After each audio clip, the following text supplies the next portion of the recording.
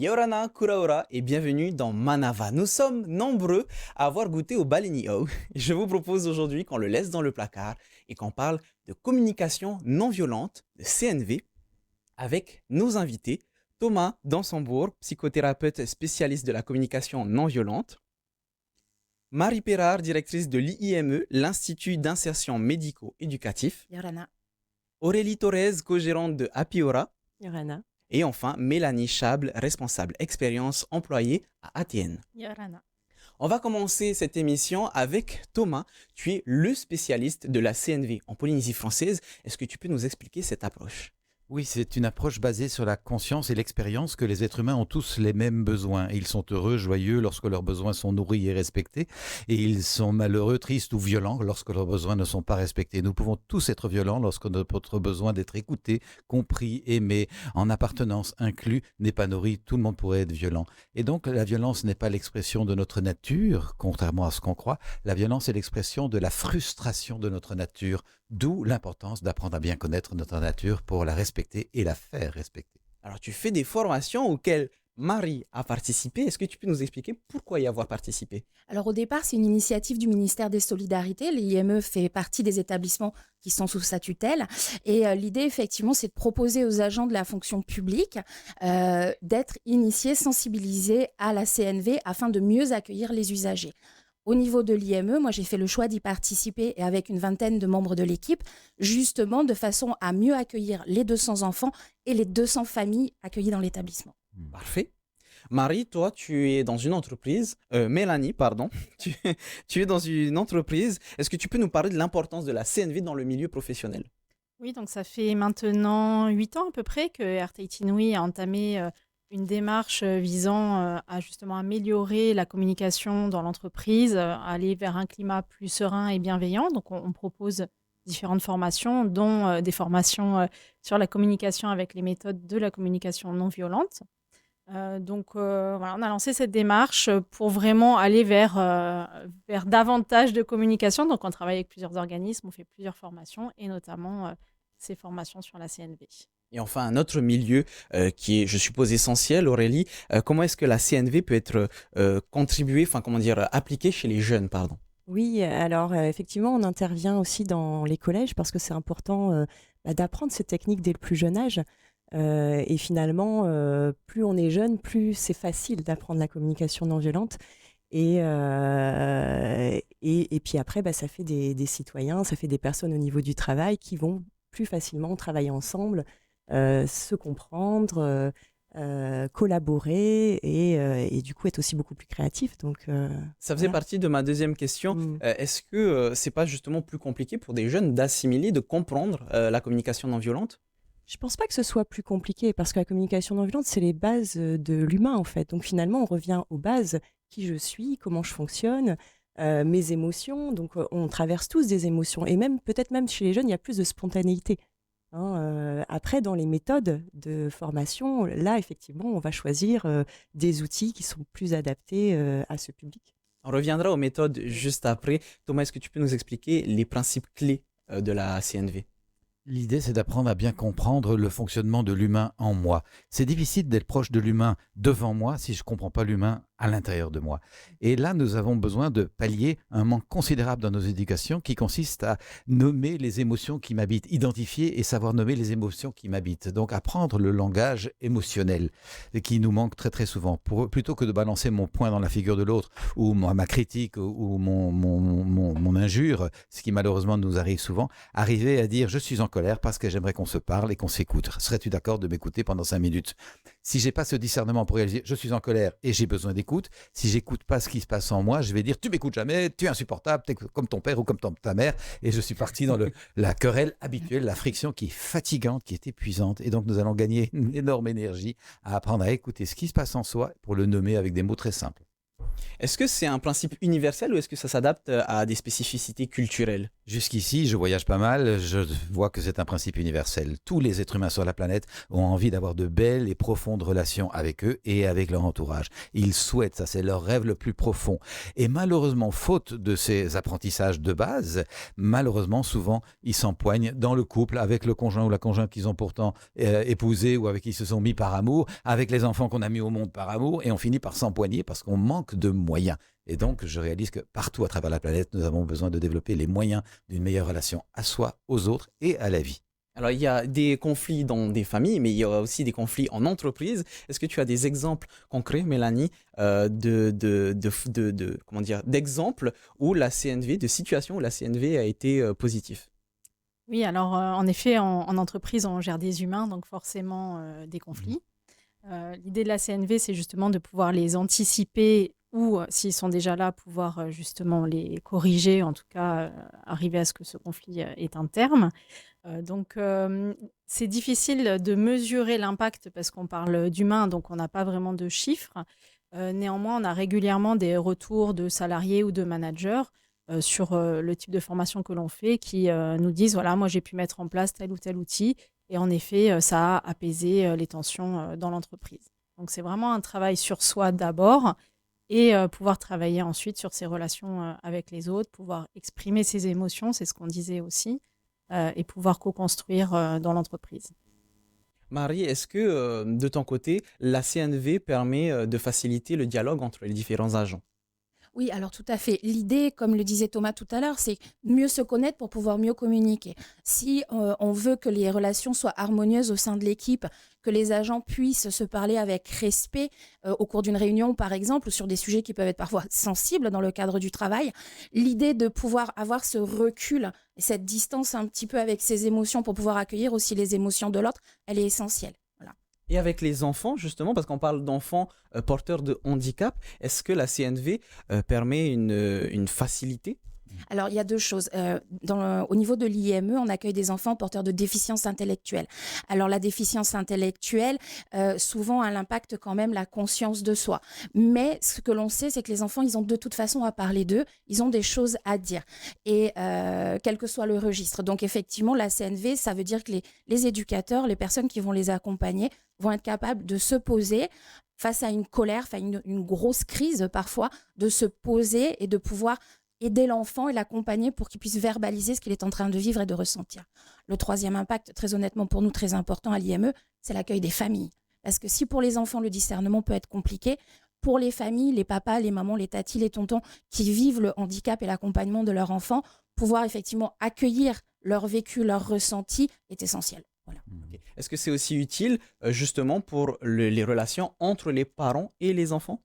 Alors sans aucun doute, après nous, c'est pas un terrain sur lequel on travaille actuellement, mais effectivement, je pense que dans l'avenir, en tout cas, c'est la recherche qui se fait en déployant cet outil de communication, c'est que tout le monde puisse être sensibilisé à cette écoute. Tu parlais tout à l'heure du Balignao, mais effectivement, pouvoir se poser, discuter, échanger et construire une famille harmonieuse. Est-ce que justement, je rebondis sur ça, Thomas, est-ce que la CNV permet une meilleure relation entre les parents et les enfants? Oh, sans aucun doute, c'est une clé pour sortir de vieux schémas dans lesquels nous sommes souvent programmés, qui consistent notamment à vivre les rapports humains comme des rapports de force et d'affrontement dès qu'on n'est pas d'accord. Quand tout va bien, bien sûr, mais dès qu'il y a une tension, une friction, et nous n'éviterons pas les tensions et les frictions, ça fait partie de la vie, les tensions et les frictions, et ce n'est pas parce qu'on apprend la communication non violente qu'on va évacuer les conflits, mais on va s'outiller pour mieux les traverser et les rendre féconds. Et donc ça, c'est un immense bénéfice de réaliser que quand je dépasse la posture de « j'ai raison et tu as tort » qui divise et qui sépare, et qu'on remplace ça par comment allons-nous nous entendre et recréer du nous au-delà de notre différent. J'ai telle posture, tu as telle posture, on n'est pas d'accord, on s'assoit pour en parler. Je souhaite de l'écoute et du respect pour ma posture, le minimum c'est que j'ai de l'écoute et du respect pour la tienne. Et donc on s'écoute mutuellement et on est en train, à cet endroit du monde, de créer les valeurs que l'on voudrait tellement, je pense que tous le souhaiteraient, voir se répandre à travers le monde. Et on est en train d'incarner là où on est, avec des moyens qui sont peut-être très menus et des enjeux très modestes, on est en train d'incarner cette formule de Gandhi, « Be the change you want to see in the world ». Sois toi-même le changement que tu voudrais voir dans le monde. Ça, c'est le pouvoir extraordinaire de la non-violence. Je commence là où je peux avec les moyens. Et petit à petit, ça se répand. Nous avions une conversation avec Marie tout à l'heure en préparant. Eh bien déjà, elle raconte une contagion qui se fait dans sa famille. On a bien ri, c'est joyeux de voir la contagion de la pacification des rapports dès qu'on l'a décidé. On sait faire la guerre parce qu'on s'y discipline à travers le monde et on réussit à faire la guerre. Eh bien, on sait faire la paix si on s'y discipline. Et c'est une discipline également. Mais encore faut-il avoir les outils, tu nous en parlais Voilà. au début de ton discours. Justement, parle-nous des outils que propose la CNV, parce que pour l'instant, moi, les seuls outils que j'ai connus, c'était le Balenio. Donc, quels sont les outils de la CNV? Un outil très simple qu'on a pratiqué dans les formations que j'ai animées. Il y avait une formation grand public avec pendant 3 jours, puis une formation pour les agents de l'État, des différents services publics. C'est un exercice tout simple qui correspond à une petite question toute simple que nous posons des dizaines de fois par jour à d'autres personnes que nous. Comment ça va?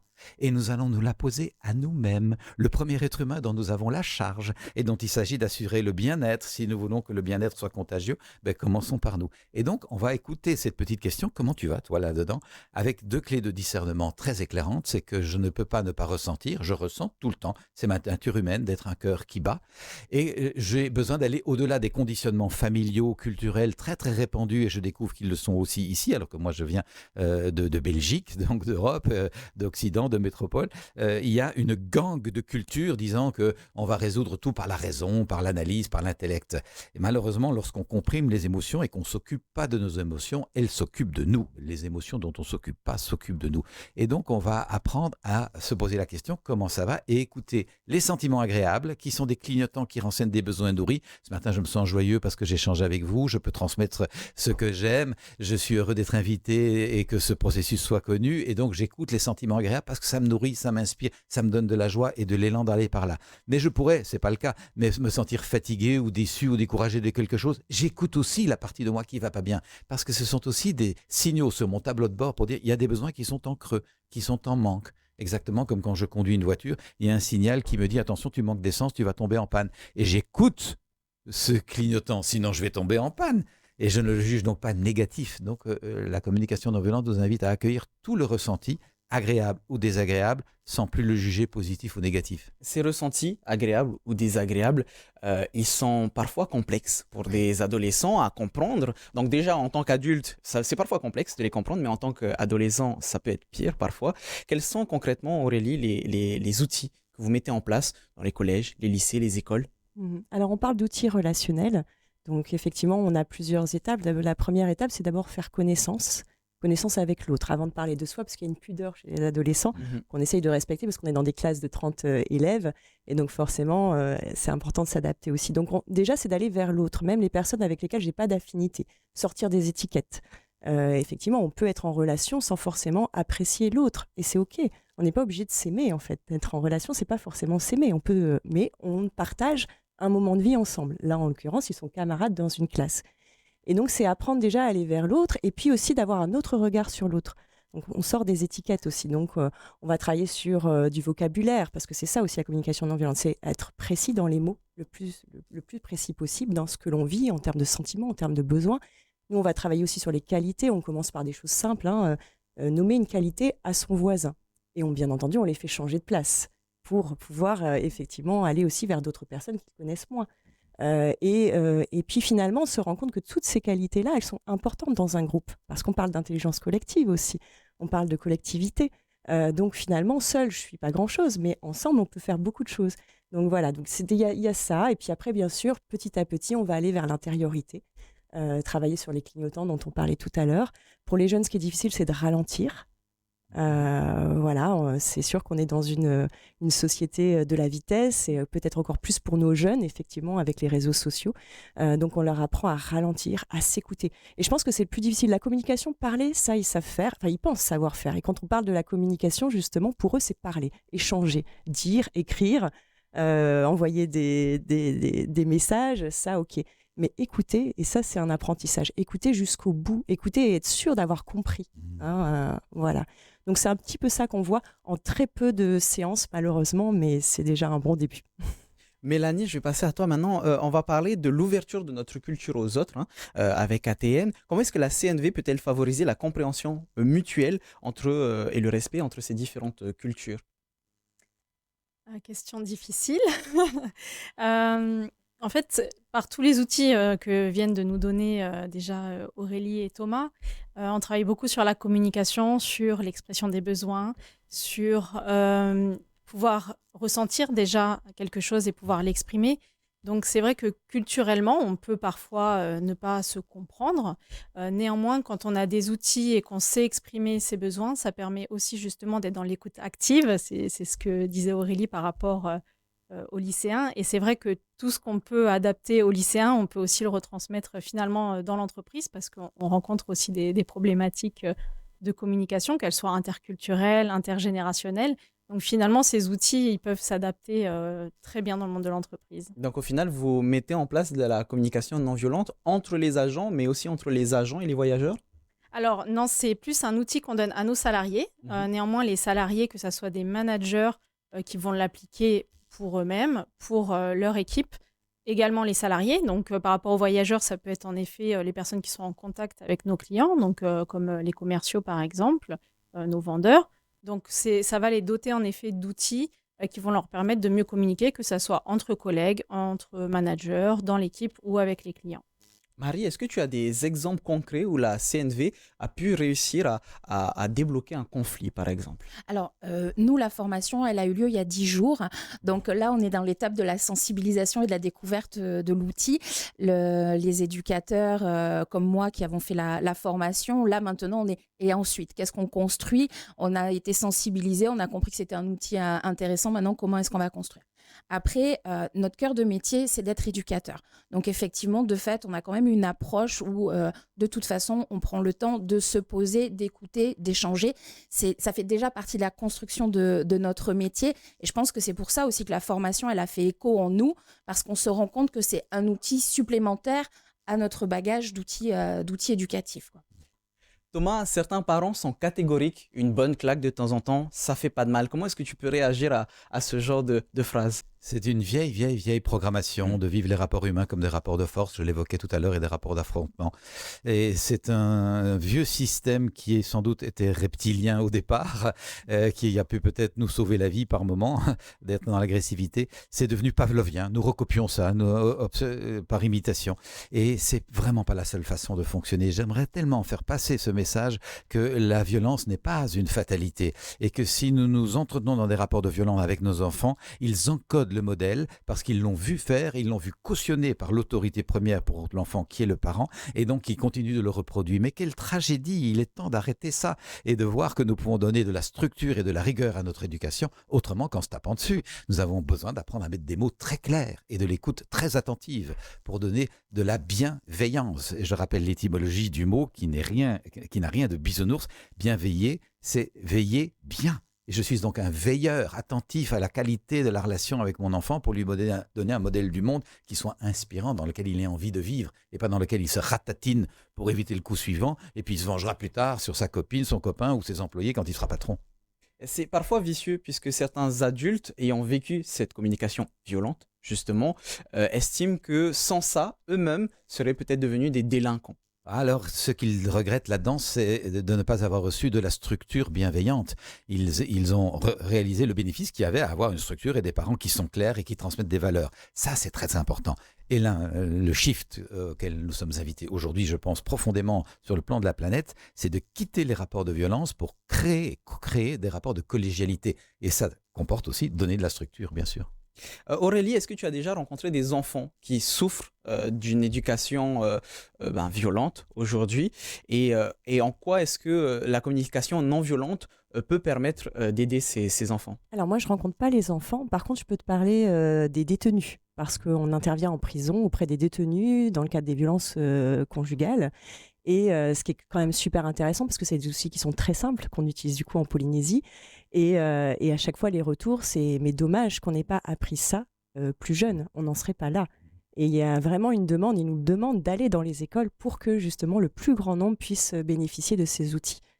Voilà ce que je peux te dire. Par contre, au niveau des enfants, non, moi j'interviens dans les collèges, j'interviens dans les entreprises, je suis médiatrice à la base, donc je donne des formations, mais je ne reçois pas les enfants dans le cadre des souffrances qu'ils peuvent avoir. Ça, il y a des métiers pour ça. Comment est-ce que je reviens sur les détenus, comment est-ce qu'ils reçoivent ces formations? Alors, par le SPIP, hein, c'est le SPIP qui finance donc tout un programme qui s'appelle le VIF, avec différents intervenants, dont la communication non violente depuis quelques années.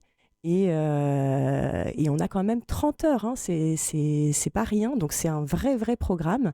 Donc on va dans les prisons, on rentre dans les prisons et on passe 3 heures par semaine avec eux sur plusieurs semaines.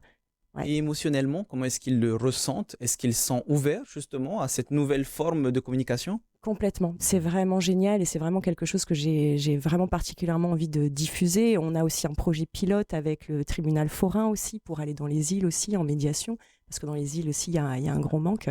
Et moi, je suis persuadée que, et c'est pour ça que je fais ce métier, qu'en formant le plus grand nombre à la communication non violente, des outils qui sont vraiment très simples, très basiques, très imagés, et ça, c'est super pour les Polynésiens qui sont dans l'image, justement, dans la métaphore.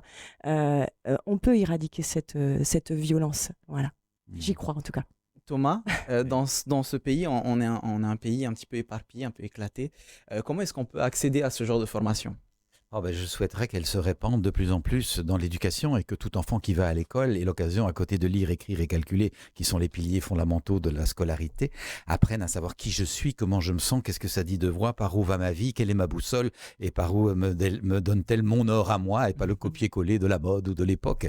Mais j'ai aussi besoin d'apprendre qu'est-ce qui m'attriste, qu'est-ce qui me peine, qu'est-ce qui me chagrine, qu'est-ce qui me fait peur, qu'est-ce qui me fout en rage et que j'ai besoin de comprendre avant que de faire payer ma colère aux autres. C'est un enjeu de citoyenneté. Nous voyons que là, nous avons dépassé complètement les enjeux du développement dit personnel, où je m'occupe juste de moi. Nous sommes en train de faire du développement social durable en outillant le citoyen pour être quelqu'un de collaborant, de fécond, de partenaire des projets humains. Et donc, heureusement, nous avons eu cette formation soutenue par le gouvernement, plusieurs ministres, dont Madame Crolas, la ministre de la fonction publique, souhaitant faire connaître cette approche et la répandre à travers le pays. Et pour vous, le pays, bien sûr, c'est beaucoup d'îles. Alors, comment faire ça à distance? Il y a des cours en ligne, par exemple, sans faire de la pub. Pour moi, je donne des cours en ligne qui peuvent être accessibles dès qu'on a Internet pour apprendre un peu les bases de ça. Et c'est une façon de toucher du monde qui n'aurait pas l'occasion de se rassembler dans une salle. Il y a des livres, bien sûr. Moi-même, j'écris plusieurs livres sur le sujet. Et c'est l'idée de petit à petit essaimer pour que les gens puissent avoir accès à cette approche de soi. Et j'ai à cœur de confirmer ce que Aurélie vient de partager sur les prisonniers. Je travaille régulièrement en prison également. J'ai entendu tellement de fois ce témoignage. Si j'avais su ça plus tôt, ce travail de gestion des émotions, je ne serais pas là. Et pour avoir moi-même travaillé pendant des années avec des jeunes pris dans la délinquance, les jeunes de la rue, etc., dans les addictions, etc., dans les tentatives de suicide, j'ai pu voir combien, faute d'arriver à nommer la détresse qui se passe en soi, on peut entrer dans la compensation et la fuite par les addictions, drogue, etc., alcool et toutes ces choses, ou décider d'en finir avec cette vie trop pénible. Et donc, il y a de nouveau un enjeu vraiment de santé publique, d'arriver à gérer ces émotions de l'humain en moi pour pouvoir trouver son fil rouge intérieur, sa joie d'être au monde et sa joie partagée avec la communauté humaine. Je suis absolument conscient depuis 30 ans que je fais le travail que chacun a le pouvoir de trouver sa joie intérieure et de la mettre au monde. Mélanie, je vais te poser une dernière question. Comment conseillerais-tu une entreprise qui aimerait s'inspirer de votre travail pour pouvoir aussi avoir de la communication non violente au sein de leur entreprise? D'accord. Donc, en effet, il faut déjà avoir une direction générale ou des ressources humaines qui porte le message, donc qui soit vraiment dans la dynamique de bien-être et de bienveillance dans l'entreprise. Et ensuite, bien sûr, se rapprocher d'organismes ou de personnes spécialisées en CNV pour pouvoir organiser des formations, sachant que les premiers porteurs, ce sont aussi les managers. Donc, c'est important souvent de former les managers ou au moins qu'ils soient sensibilisés sur ce type de pratique. Et puis qu'ils envoient, bien entendu, leurs équipes également. Aurélie, est-ce que tu aurais un conseil à donner pour un couple, une famille ou juste des relations qui peuvent être conflictuelles? Quel conseil pourrais-tu donner à ces personnes? Un couple, une famille, des relations conflictuelles. J'ai envie de dire le conflit fait partie de la vie, en fait. Donc déjà, c'est sortir de ce jugement qu'on pourrait avoir une famille sans conflit. C'est pas vrai. Être en opposition, au contraire, c'est grandir. On apprend de l'autre. Donc vraiment apprendre à s'écouter, être d'accord sur le désaccord. Ça, c'est une expression que j'aime beaucoup aussi. On peut être en désaccord, être simplement d'accord qu'on est en désaccord et c'est OK.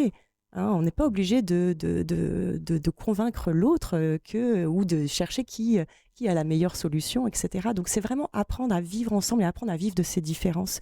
Ça s'apprend, c'est pas difficile. Et voilà, formez-vous à la communication non violente.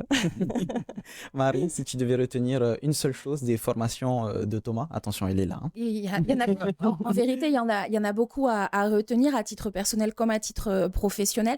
Moi, il y a quelque chose qui me vient à l'esprit aussi, c'est cette part du colibri, en fait. Si finalement, chacun d'entre nous, on prend ce recul sur soi et le temps justement de se connaître pour pouvoir mieux accueillir l'autre et que petit à petit, on est de plus en plus nombreux à faire ça, spontanément, la société, elle deviendra non violente et on sera dans cette communication non violente finalement sans avoir réfléchi ni peut-être même théorisé ou rédigé un projet d'action communication non violente. Et voilà, donc moi, c'est ce que je retiens. Je sais qu'aujourd'hui, j'ai une équipe de 20 personnes qui ont une première sensibilisation. C'est le premier rapport du colibri et maintenant, on va continuer justement pour que tout le monde soit opérationnel. Et enfin, Thomas, une dernière phrase à retenir pour la communication non violente. Oui, nous avons besoin d'introduire dans nos vies de l'hygiène psychique. J'ai grandi dans une campagne rurale en Belgique, un village de 150 personnes avec des fermes. Et il n'y avait pas de salle de bain à l'époque, il y a une soixantaine d'années. Personne ne se brossait les dents. Mes copains de classe avaient souvent les dents avariées il y a 60 ans dans un petit village de Belgique. Moi, j'étais dans une famille bourgeoise, la seule maison bourgeoise de la maison du village. Nous avions une salle de bain et mes parents m'avaient appris à me brosser les dents. J'ai eu cette chance. Eh bien, 60 ans plus tard, dans le même village où j'habite toujours, toutes les maisons ont de belles salles de bain et tout le monde se brosse les dents. Et ma copine de classe qui partageait mon banc, elle était très rigolote, elle habitait la ferme en dessous de chez nous, on s'amusait beaucoup, elle avait perdu ses dents, eh bien figurez-vous qu'elle a épousé le dentiste de la région.